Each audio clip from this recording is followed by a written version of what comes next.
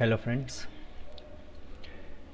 આકૃતિ આપેલી છે અને લખેલું છે પ્રશ્નમાં ખરબચડા ઢાળ પર ઢાળ છે, સમાન દળના બે બ્લોક છે એ અને બી રાખેલા છે, ચિત્રમાં દેખાય છે. બંનેને એક સાથે છોડી દેવામાં આવે તો ઢાળ પર ક્યારે અને ક્યાં બે બ્લોક એક રેખા પર આવશે એ પણ ચિત્રમાં બતાવેલું છે કે એક રેખા પર લાવો. શરૂઆતમાં બ્લોક એ બ્લોક બીથી √2 મીટર પાછળ છે, બંને એક સાથે નથી, એ પાછળ છે, બી આગળ છે. એ અને બી માટેના ગતિક ઘર્ષણાંકો આપેલા છે 0.2 અને 0.3, જી બરાબર 10 લેવાના છે. હવે આ સિમ્પલ ગતિનો દાખલો છે, આ જેમાં પ્રવેગ આવશે અને બે પદાર્થો એકબીજાને ક્યારે મળશે, ક્યાં મળશે એનો પ્રશ્ન છે.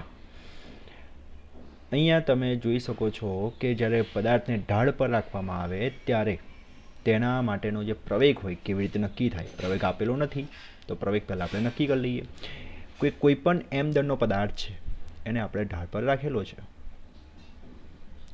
જેનો ઢાળ થીટા છે, તો એના માટેનો પ્રવેગ જો નક્કી કરવો હોય તો બળ વિચારવા પડે. નીચેની બાજુ આવશે mg, સપાટીને લંબરૂપે આવશે n, mgના બે ઘટકો આવશે, ગતિ કરશે નીચેની બાજુ અને વિરુદ્ધ દિશામાં લાગશે ઘર્ષણ બળ. એટલે અહીંયા mgના બે ઘટકો આ રીતે, એક આવશે mg sin થીટા, બીજો આવશે mg cos થીટા. n બરાબર થઈ જશે mg cos થીટા અને પ્રવેગ શોધવા માટે f બરાબર mg sin theta minus f થશે. ગતિક ઘર્ષણ બળ લાગશે. f બરાબર m એ મૂકીએ અને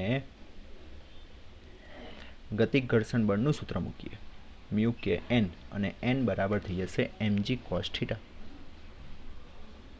ઓકે, તો ઢાળ પર જ્યારે પણ પદાર્થ ગતિ કરશે ત્યારે એના માટેનો પ્રવેગ તમે આ પણ યાદ રાખી શકો છો, જેમાં આવશે g કૌંસમાં sin થીટા માઇનસ મ્યુ કે cos થીટા.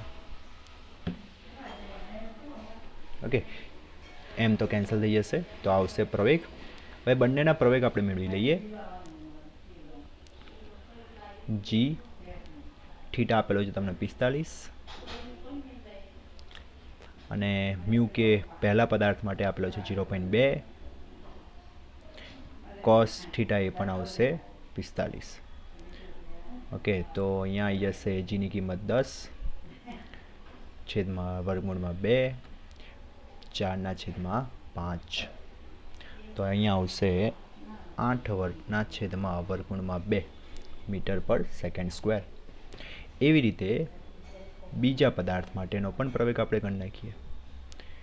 ખૂણો એનો એ જ છે, ખાલી ઘર્ષણાંક અલગ આવશે. ઘર્ષણાંક એના માટે આપેલો છે 0.3, 3/10. અહીંયા આવશે 10/2 7/10, તો જવાબ આવશે 7/2 મીટર પર સેકન્ડ સ્ક્વેર. ઓકે, તો ઢાળ પર બંને પદાર્થોના વેગ મળી ગયા, બંને પ્રવેગી ગતિ કરી રહ્યા છે. બંને ક્યાં અને ક્યારે મળશે? શરૂઆતમાં બંને સ્થિર હતા, એક સ્થાન પર નથી, એક પદાર્થ આગળ છે અને એક પદાર્થ પાછળ છે. હા, પણ બંને માટે લાગતો સમય સરખો છે. એ અહીંયા આવશે, બી અહીંયા આવશે, સમય સરખો છે પરંતુ અંતર અલગ અલગ છે. એવું કહી શકાય કે એને વધારે અંતર કાપવું પડશે. કેટલું વધારે અંતર કાપવું પડશે? બીને કાપેલા અંતરથી √2 જેટલું વધારે અંતર કાપવું પડશે. તો એને આપણે ગણિતમાં લખીએ અને એમાં કિંમતો મૂકી દઈએ. જો આવી રીતે કે એ દ્વારા કાપેલું અંતર બી કરતાં થોડુંક વધારે છે. કેટલું વધારે છે? √2 મીટર જેટલું વધારે છે. બરાબર. હવે આ અંતર કેવી રીતે ગણી શકાશે? અંતર ગણી શકાશે ગતિના સમીકરણ પરથી. પ્રવેગી ગતિ છે તો પ્રવેગી ગતિનું સમીકરણ બીજા નંબરનું લાગશે, જેમાં પ્રારંભમાં બંને સ્થિર હતા. આ સમીકરણ લખું છું મેં અહીંયા. પ્રારંભમાં બંને સ્થિર હતા એટલે કે આ થઈ જશે 0, રહેશે ખાલી 1/2 એ t². તો એમાં લખીએ તો આવી રીતે લખાશે 1/2 પહેલા પદાર્થનો પ્રવેગ, એના માટે સમય તો સરખો છે, 1/2 બીજા પદાર્થનો પ્રવેગ, સમયનો સ્ક્વેર વત્તા વર્ગમૂળમાં 2. આના પરથી સમય મળી જશે. આપણી પાસે પ્રવેગના બંનેના મૂલ્ય છે. ફરી એક વખત મેં યાદ કરી દઉં. પ્રવેગ એ માટે છે 8/2 અને બી માટે છે 7/2. ઓકે, મૂકી દઈએ. 1/2 8 છેદમાં વર્ગમૂળ 2 ટી સ્ક્વેર બરાબર 1/2 7 છેદમાં વર્ગમૂળ 2 ટી સ્ક્વેર વત્તા વર્ગમૂળ 2. ઓકે, તો વર્ગમૂળ 2 વડે ગુણીશું, 2 વર્ગમૂળ 2 વડે ગુણી નાખીએ તો આપણને શું મળશે? 8 ટી સ્ક્વેર બરાબર 7 ટી સ્ક્વેર વત્તા 2 વર્ગમૂળ 2 વડે ગુણીશું તો અહીંયા આવશે 4. ઓકે, તો આના પરથી ટી બરાબર મળી જશે 2 સેકન્ડ. 2 સેકન્ડમાં બંને પદાર્થો ભેગા થશે. ક્યારે ભેગા થશે નક્કી થઈ ગયું. ક્યાં ભેગા થશે? તો પહેલા પદાર્થે એક્સ જેટલું અંતર કાપવું પડે, બીજા પદાર્થે એક્સબી જેટલું અંતર કાપવું પડે.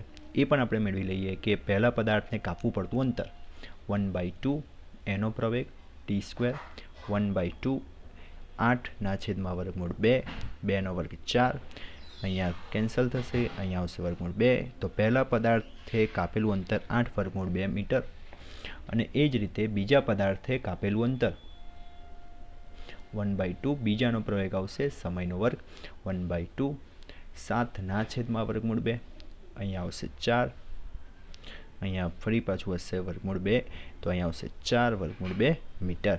તો પહેલા પદાર્થના 8 વર્ગમૂળ 2 મીટર અને બીજા પદાર્થના 7 વર્ગમૂળ 2 મીટર પછી 2 સેકન્ડ પછી બંને પદાર્થો એકબીજાને મળશે. આ થયો પ્રશ્નનો જવાબ. Thank you.